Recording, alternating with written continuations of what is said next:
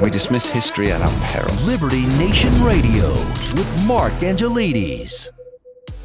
The cryptocurrency markets are facing tough times as an enormous scheme unfolds, and yet who was this Madoff-type mastermind behind it all? And does it beg questions regarding party political funding? Well, someone who's been following this story closely is Liberty Nation's legal affairs editor, host of the Uprising podcast, and extremely dapper man about town, Mr. Scott D. Cosenza. Welcome back to the show, Scott. And holder of at least one or more cryptocurrencies, though thankfully none on the now bankrupted FTX exchange, Mark. Right, just very quickly here now, Scott, I have to point out I'm incredibly ignorant on cryptocurrencies and the terms involved. FTX exchange, this is essentially just a place where people can either use real money to buy cryptocurrencies, or they can use different cryptocurrencies. The notion that there's something called real money and not real money, I think. No, of course, yeah. I mean, take it as given that we understand it's all built on debt. Yes, yeah. Government issued promises for our grandchildren to repay back. If that's what you mean by real money, then yes. So if you want to buy, for instance, Bitcoin is the most widely held cryptocurrency. How are you going to do it, though? You have to get somebody to sell you the coin, and it has to go into an account. And one of the most popular ways for people to do that is to take their government-issued money and transfer it to an exchange, which they can then use to buy Bitcoin in exchange for instance, U.S. dollars. So, and one of the important components of this story is that the FTX exchange was located in the Bahamas, and many of the exchanges are located off U.S. shores. Now, some of that is just a natural occurrence because that's where their ownership is and that's where they want to do business. But a large portion of the reason why so much of this is offshore is because of the failure of the U.S. regulatory authorities to allow our major financial institutions to do these things themselves, by the way, which would give the American people or any investor or depositor an added layer of consumer protection. Absolutely. Okay, so Scott, so what's happened is essentially the chap behind it all, Samuel Bankman-Fried, he built up this enormous FTX company exchange, Bitcoin exchange, cryptocurrency exchange, and then spooked the markets. People started selling, and it's reminiscent of the scene in It's a Wonderful Life, right, where there's a Potter, evil old Potter, does a run on Jimmy's bank, Jimmy Stewart's bank. Of course, in this scenario, Mr. Sam Bankman-Fried is certainly Jimmy Stewart. Let's be clear. I'm going to go away from the Christmas movie analogies to just try to get everything straight. What happened was Bankman-Fried was playing games with the depositors' funds. As we understand it now, it looks like he took money he had no legal right to take to make bets on cryptocurrencies and other perhaps financial, investment strategies, hoping that they would pay off, and then he would be able to replace the money that he took, and no one would be the wiser. But that's not what happened. And in fact, somebody realized what was going on, likely, and that he was over leveraged. And that was one of the biggest competitors to the FTX exchange, which is Binance, which is the world's largest cryptocurrency trading platform. And the Binance management said, we're going to dump a lot of the FTX proprietary coins that they held from basically a previous financial transaction they were involved with FTX. So they said, we don't like what's going on here with the balance sheets. We think it looks funny.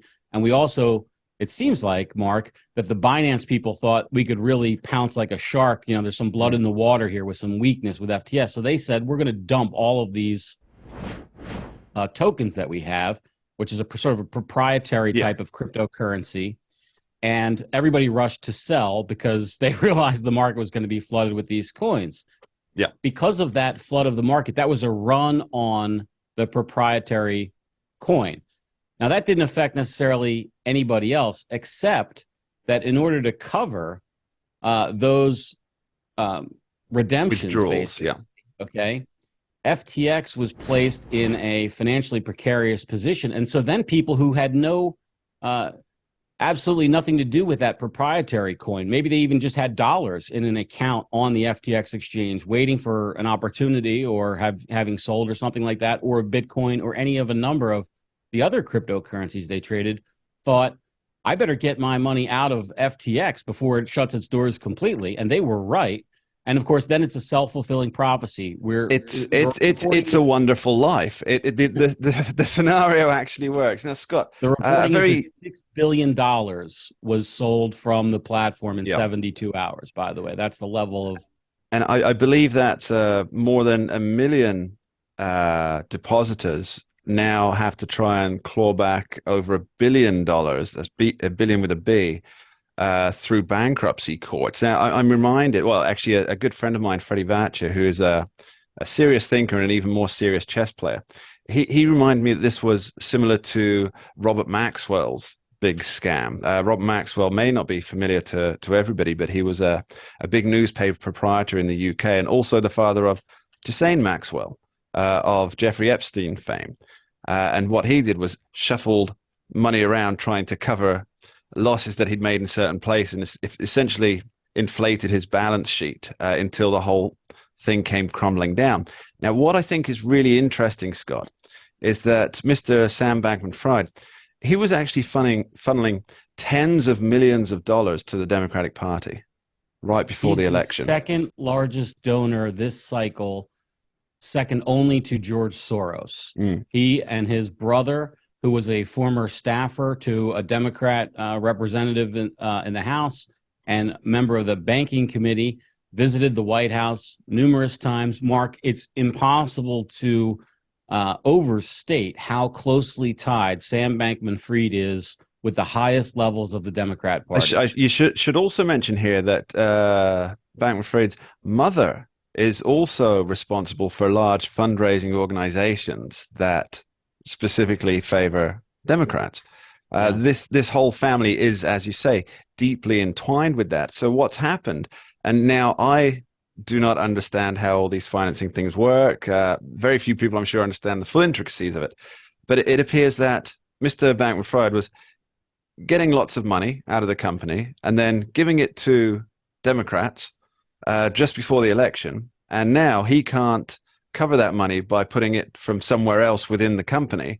And so the whole thing comes down. And the only people that are happy are the Democrats who were the happy victims of his largesse. Is that right? Well, I don't know that we can say it's a 1-to-1. A dollar taken from here equals a dollar given over there. That I don't think the facts have yet to be reported that can justify such a claim. But it is true that he took money that didn't belong to him in order to make investments. And one of the outlets for what he did with his money was to generously fund the campaigns of progressive Democrats. So do you think Joe Biden, in a fit of honesty, might decide to take his own checkbook out, or that of the Democrat Senate Committee's checkbook, and reimburse the up to 1 million victims of Mr. SBF, as he's known, fraud? Do you think that's likely to happen? A sternly worded letter is in order, at least on that account. I look forward to reading it. Scott, we all do. It should be the epic novel of a lifetime, explaining why they're not going to pay back the money that they used to get themselves elected to further their own political careers and indeed wealth building. Scott D. Cosenza, thank you ever so much for filling us in on this. Thank you, Mark. And that's almost all we have time for in this week's edition of Liberty Nation Radio here on the Radio America Network. I'd like to thank this week's guests, Tim Donner, Andrew Moran, and the long-suffering but always faithful contributor to our Talking Liberty segment, Mr. Scott D. Cosenza, for joining us. And of course, my sincerest thanks to you, the listeners, for taking the time to tune in. A parting thought for you this week on power. Plato once said, "The measure of a man is what he does with power." And for me, this ties in well with what we see all around us. Those with the ultimate power over their fellow man seem determined to use it to bolster their own position and to ensure that the power stays with them. And then we have these tech wonderkins who use their position and their newly acquired power in assuring that the focus, attention, and indeed cash of the consumer is pushed towards those who are again already in power. But we should not be too dispirited, because we are, despite what the political left would have us believe, individuals with independent minds, spirits, and motivations. Really, against all the odds, there truly isn't anything more powerful than that. Thanks for listening.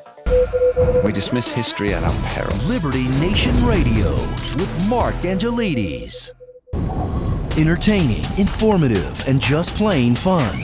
Watch Liberty Nation's The Conservative 5. Produced by conservatives for conservatives. C5's The Left Free Zone.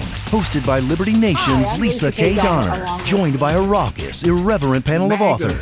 Deconstructing leftist narratives. Debating the hot topics. And remembering to laugh. Join the official conservative safe You only space. did that to piss Jeff off. Liberty Nation's The Conservative 5.